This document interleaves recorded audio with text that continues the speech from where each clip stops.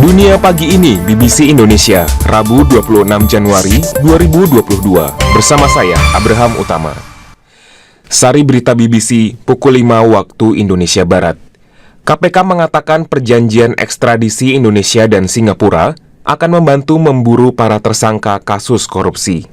Singapura itu bukan saja menjadi tujuan akhir dari pelarian, persembunyian, tapi kadang juga menjadi tujuan antara. Karena dengan Indonesia sebelumnya belum memiliki perjanjian ekstradisi. Pakar hukum pidana mengatakan, Bupati nonaktif Langkat dapat dijerat dengan Undang-Undang Tindak Pidana Perdagangan Orang dalam kasus dugaan perbudakan.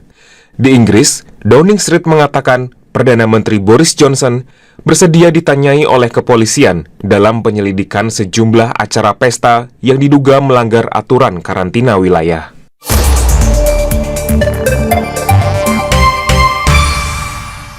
Inilah berita selengkapnya. KPK dan kalangan pegiat anti korupsi mengatakan perjanjian ekstradisi yang diteken Indonesia dan Singapura di Bintan Selasa kemarin akan membantu memburu para tersangka kasus korupsi yang lari ke luar negeri. Penandatanganan kesepakatan dilakukan langsung oleh Presiden Joko Widodo dan Perdana Menteri Singapura Lee Hsien Loong. Indonesia telah mengupayakan perjanjian ekstradisi dengan Singapura sejak tahun 1998. Kepada BBC Indonesia, Wakil Ketua KPK Nurul Gufron menjelaskan mengapa perjanjian ekstradisi ini penting. Singapura itu bukan saja menjadi tujuan akhir dari pelarian, persembunyian, tapi kadang juga menjadi tujuan antara. Karena dengan Indonesia sebelumnya belum memiliki perjanjian ekstradisi. Kalau kasus-kasus yang sekarang masih sedang kami proses, kasus EKTP, ada misalnya Paulus Thanos ya, dan para tersangka lainnya dalam kasus EKTP. Juga misalnya Joko Chandra, misalnya juga Samsul Nur Salim dan Iki Nur Salim yang ketika masih perkara ini masih hidup, mereka itu bersembunyi di sana. Berita berikutnya, pakar hukum pidana berpendapat Bupati nonaktif Langkat, Sumatera Utara terbit rencana perangin-angin dapat dijerat dengan Undang-Undang Tindak Pidana Perdagangan Orang dalam kasus dugaan perbudakan di rumahnya setelah penemuan kerangkeng manusia. Polda Sumatera Utara mengatakan masih menyelidiki dugaan perbudakan itu. Mereka menyebut kerangkeng itu merupakan tempat rehabilitasi narkoba dan orang-orang yang ditempatkan di sana disertai persetujuan keluarga. Rekan Niki Aulia Widadio melaporkan.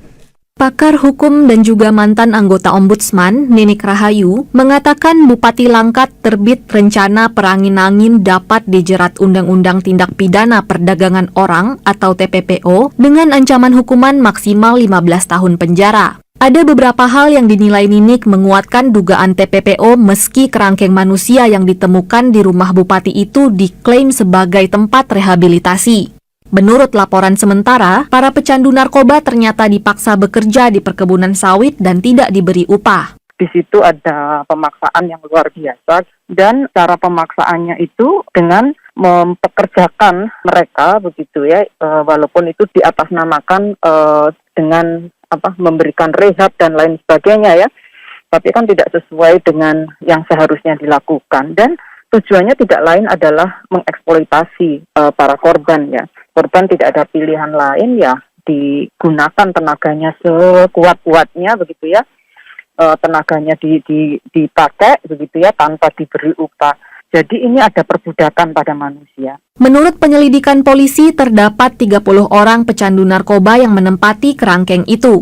Keluarga korban mengantarkan mereka secara sukarela untuk menjalani apa yang mereka yakini sebagai rehabilitasi. Terkait dugaan eksploitasi untuk bekerja di kebun sawit milik Bupati, Kepala Biro Penerangan Masyarakat Polri Brigjen Ahmad Ramadan mengatakan aktivitas itu ditujukan untuk membekali para pecandu dengan keahlian yang berguna begitu mereka selesai direhabilitasi. Tetapi polisi sejauh ini belum menetapkan ada dugaan perbudakan, meski mengakui bahwa tempat rehabilitasi itu tidak layak dan ilegal. Ini dalam proses ya, karena kita melihat dengan kesadaran sendiri orang tua mengantar ya dan menyerahkan kemudian dengan pernyataan. Nah, tetapi apa itu kita nanti lihat, kita akan dalami apa prosesnya. Salah satu keluarga korban, Muhammad Fauzi, membantah bahwa adiknya yang bernama Muhrifan Afandi dipekerjakan di kebun sawit itu. Alhamdulillah, adik saya sudah dibina di sana dari tahun 2018 sampai sekarang, 2022. Lebih kurang 4 tahun dengan fasilitas yang gratis, yang sangat meringankan beban keluarga kami. Tetapi keterangan itu diragukan oleh pegiat HAM dan wartawan setempat yang mengatakan banyak warga di Langkat takut untuk berbicara terkait aktivitas bupati. Meski demikian, peneliti Institute Criminal for Justice Reform, Maidina Rahmawati, mengatakan persetujuan keluarga korban tidak serta-merta menghilangkan tindak kriminal perdagangan orang yang terjadi. Di Undang-Undang TPPO-nya sendiri pun persetujuan korban sekalipun itu nggak menyatakan bahwa si TPPO-nya itu tidak terjadi. Apalagi kalau kita lihat dalam kerangka ini kan persetujuannya dari keluarga gitu kan. Sedangkan orang-orang yang di sana kan makhluk dewasa gitu ya, makhluk yang memang dia terlibat. Maka sebenarnya persetujuannya harusnya didapatkan dari orang tersebut. Nah, sekalipun persetujuannya ada selama lingkungannya eksploitatif, selama prosesnya menghilangkan komunikasi dia dengan pihak lain, maka sebenarnya itu adalah salah satu bentuk TPPO yang paling diusus. Sementara itu, Deputi Bidang Polhukam Kepala Staf Kepresidenan Jaleswari Pramodawardhani memastikan Bupati Langkat akan dihukum seberat-beratnya atas dugaan perbudakan itu. Kerangkeng di rumah Bupati Terbit terungkap saat polisi dan KPK menggeledah rumahnya dalam operasi tangkap tangan terkait kasus suap proyek di pemerintahan Kabupaten Langkat. Beralih ke Inggris, Downing Street mengatakan Perdana Menteri Boris Johnson bersedia ditanyai oleh kepolisian dalam penyelidikan sejumlah pesta yang diduga melanggar pembatasan virus corona. Acara-acara itu digelar di sejumlah kantor pemerintah, termasuk rumah dinas dan kantor Boris Johnson. Seorang juru bicara mengatakan, Perdana Menteri tidak meyakini ia telah melanggar hukum. Kepala Kepolisian Metropolitan London, Cressida Dick, mengatakan penyelidikan telah dibuka karena adanya informasi dari penyelidikan Pamong Praja dan juga dari penilaian kepolisian. Wartawan BBC mengatakan, kepolisian sendiri menghadapi berbagai pertanyaan mengapa mereka tidak turun tangan ketika itu saat digelar acara-acara pesta ilegal. Berita berikutnya, Sri Lanka akan memberikan ganti rugi kepada lebih dari 1 juta petani padi atas kegagalan panen setelah pemerintah melarang impor pupuk kimia. Menteri Pertanian Sri Lanka mengatakan dana sekitar 200 juta dolar akan disalurkan kepada petani yang terdampak. Tahun lalu, pemerintah mencoba mewujudkan pertanian organik 100% dengan jalan melarang impor pupuk.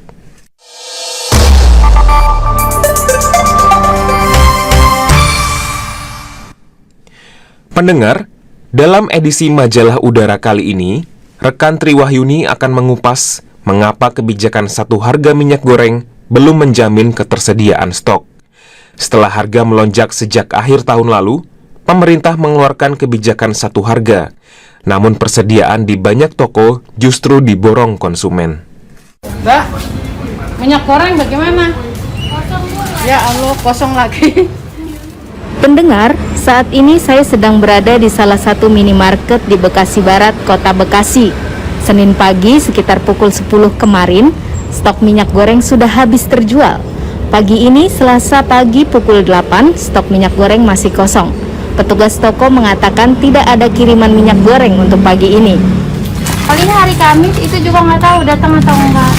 Kesulitan mencari minyak goreng juga dialami Rizaldi, warga Tangerang. Senin malam, dia mencari kedua minimarket di dekat rumahnya, tapi stok habis. Ibu saya mendengar dari tetangga, katanya minyak goreng susah. Terus akhirnya saya disuruh nyari.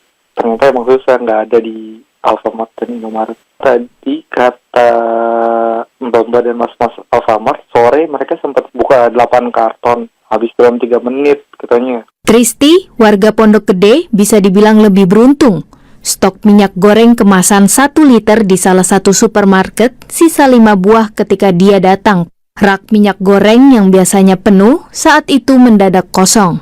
Ibu-ibu gitu bawa anaknya tuh dikasih duit nih, uang 28.000, ibunya megang minyak goreng, anaknya megang minyak goreng, anaknya bayar sendiri, ibunya bayar sendiri, jadi satu keluarga bisa dapat 4 liter, kan di situ maksimal satu orang belinya 2 liter ya.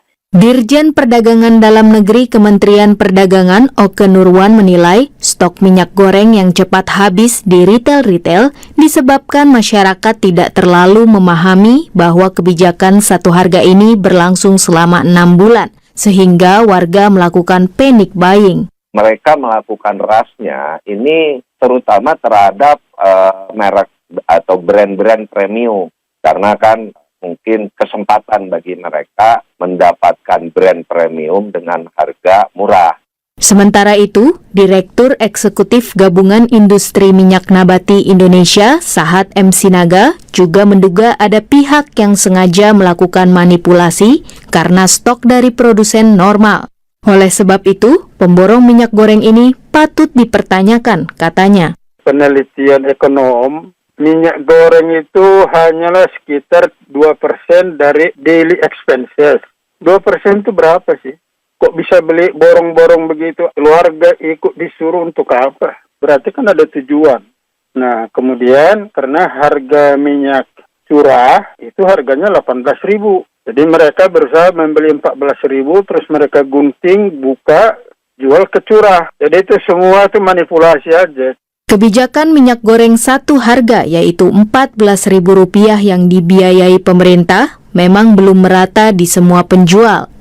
Oke mengatakan untuk tahap awal harga itu baru berlaku di retail-retail modern karena pasar tradisional membutuhkan waktu yang lebih lama untuk menyamaratakan harga. Kementerian Perdagangan memberikan waktu 1 minggu sampai Rabu 26 Januari untuk para pedagang berkomunikasi dengan para penyuplai mengenai kebijakan minyak goreng satu harga.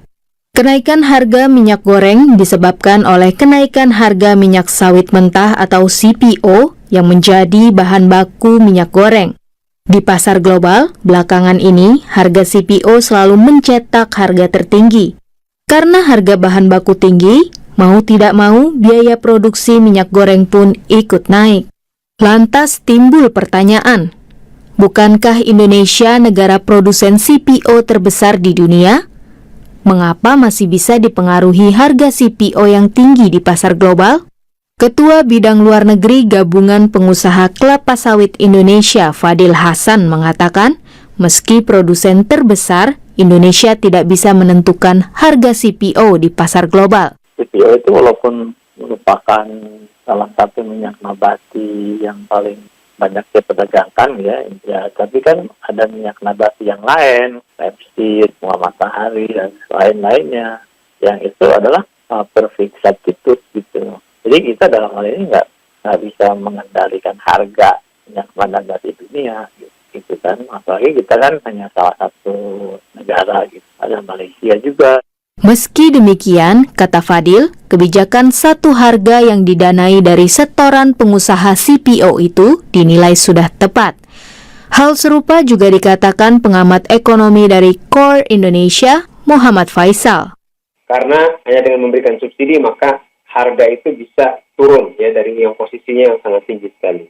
Nah, cuma memang untuk bisa efektif dan tidak menimbulkan masalah, memang perlu semestinya idealnya ada sosialisasi yang cukup ya. Jadi kalau sosialisasi waktunya sangat sempit, ya ini yang bisa menimbulkan kepanikan. Pendengar, pembahasan tentang kenaikan harga minyak goreng ini juga bisa Anda baca di situs BBC News Indonesia.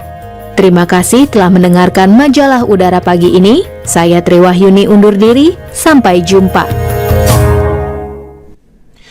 Pendengar, Anda dapat membaca berita nasional, internasional, dan artikel menarik lainnya di situs kami bbcindonesia.com.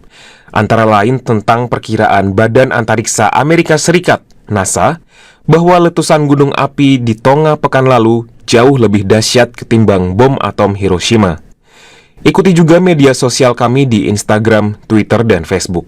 Demikian Dunia Pagi ini, saya Abraham Utama, sampai besok.